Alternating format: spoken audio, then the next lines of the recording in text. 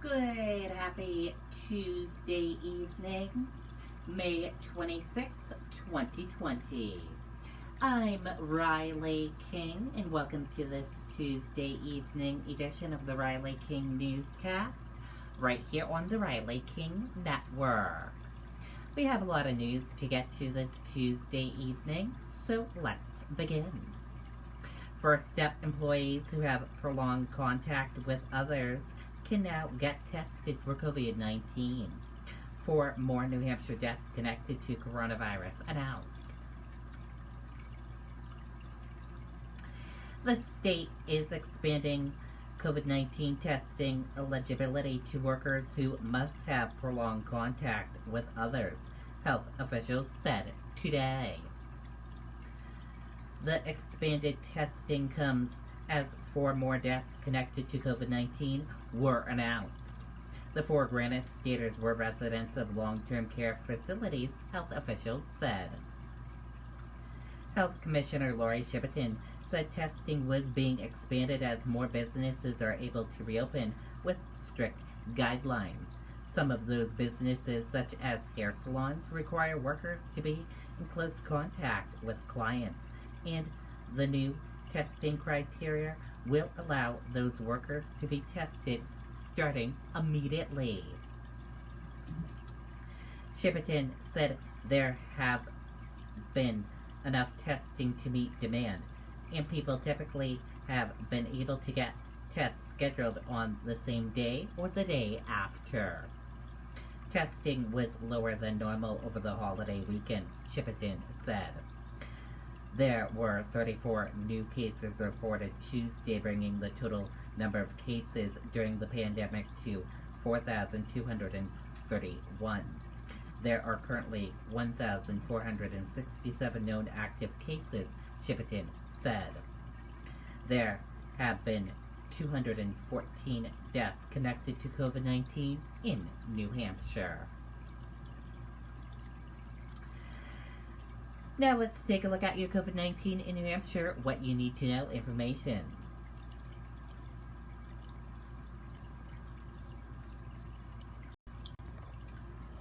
And here is a look at the COVID-19 in New Hampshire, what you need to know. There are 4,197 number of people in New Hampshire who have tested positive for COVID-19. 1,706,216 number of people in the United States who have tested positive. 210 number of deaths from COVID-19 in New Hampshire. 420 number of people who have been hospitalized with COVID-19 in New Hampshire. And 99,805 number of deaths from COVID-19 in the United States. This map of New Hampshire right here shows you where current cases of COVID-19 are. Manchester, 437 current cases. And this map of New Hampshire right here shows you where total cases of COVID-19 are. Manchester, 1044 current total cases.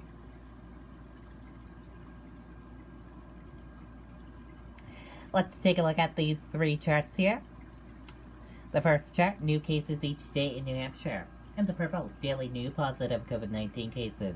In the orange, new hospitalizations. And in the red are the deaths.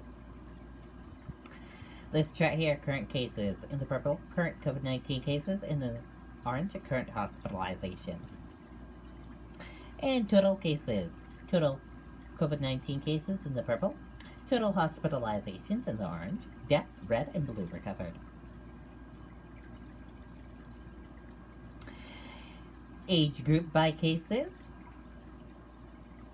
female and male by cases, and risk information by cases.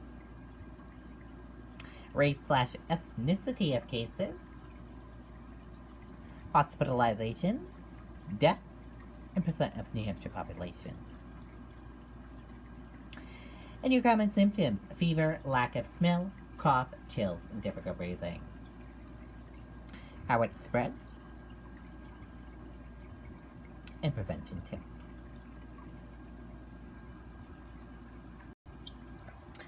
And be sure to stay with the Riley King Network for the latest of your COVID-19 information.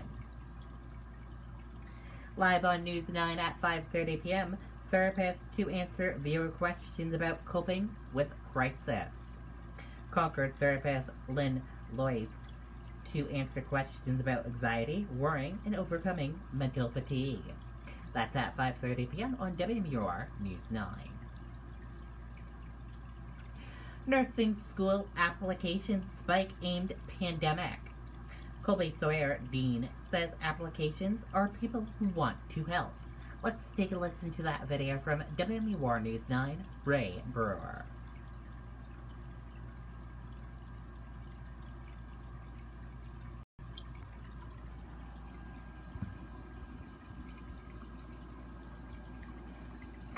Strict attention to detail.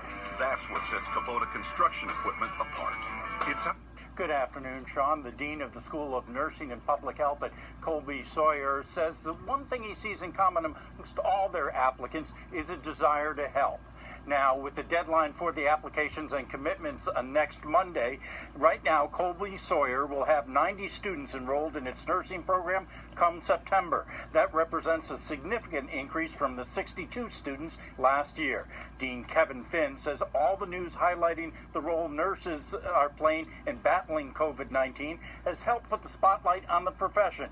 And those who are applying to be nurses are the type of people who want to help out regardless of the danger.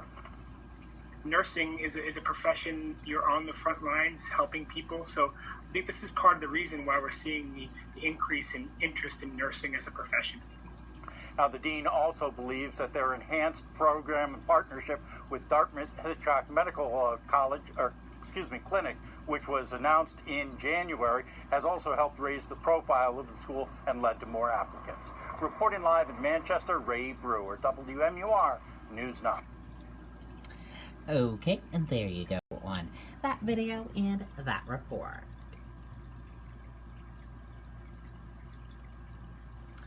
Hampton police refer complaints about hotels renting rooms for non-essential purposes to AG. Governor announced April 6 that hotels, Airbnbs must suspend all accommodations for non-essential purposes. Let's take a listen to that video from WMUR News 9.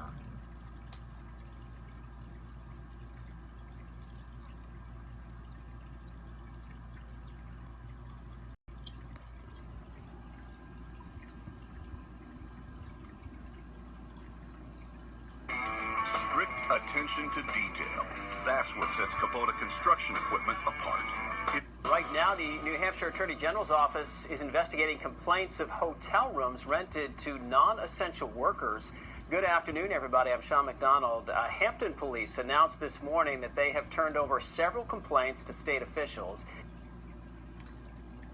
Okay, and there you go on that video and that report.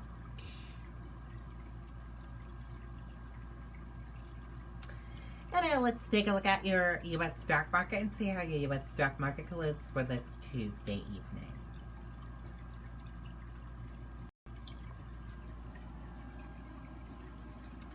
Your Dow Jones Industrial Average closed in green, went up. Your Nasdaq closed in green, went up. S&P 500 closed in green, went up. Gold closed in the red, went down. Oil closed in green, went up. U.S. 10-year closed flat. Euro/USD closed flat, and VIX closed in the red, went down.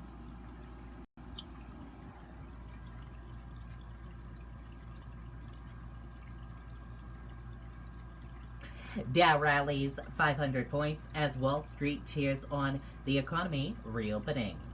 JP Morgan jumps. Stocks surged on Tuesday, adding to their strong gains from last week as optimism grew about the reopening of the economy and a potential coronavirus vaccine. Trump and Biden ramp up attacks. Let's take a listen to that video from ABC News.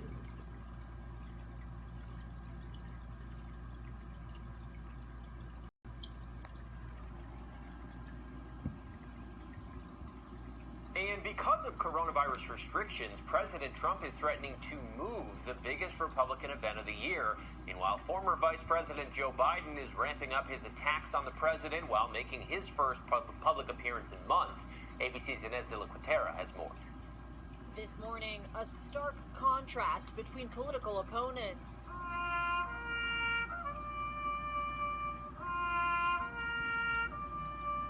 President Trump and former Vice President Joe Biden stepping out on Memorial Day to honor the fallen. After your service. Trump attending events at Arlington National Cemetery and Fort McHenry. In America, we are the captains of our own fate. Biden making his first public appearance since the start of the coronavirus lockdown, wearing a black mask and laying a wreath to mark the day. Biden spent Sunday taking swipes at the president, criticizing Trump's stance on health care, climate change, and his decision to go golfing this weekend. Trump firing back between his events Monday, blasting Biden for being weak on China and his handling of trade. The president even taking a swipe at Biden for wearing a mask, retweeting a photo of Biden with the caption, "This might help explain why Trump doesn't like to wear a mask in public." It comes as Trump puts new pressure on another Democrat. When people gather together, one person can be the spark to spread the virus to many. With indoor entertainment venues still closed in North Carolina, the president is threatening to move the Republican National Convention from Charlotte if Governor Roy Cooper is unable to guarantee that by August we will be allowed full attendance in the arena. The governor says North Carolina is working with Republicans but will rely on data to make any decisions about the convention. He will address the issue today at a news conference. Trevor and Mona. Inez, thank you. Hi, everyone. Oh, and there you go on that video and that report. And thank you for watching this evening edition of the Riley King Newscast right here on the Riley King Network. Have a great rest of your evening. I'll see you back here tomorrow for another newscast. Good night and bye, everyone.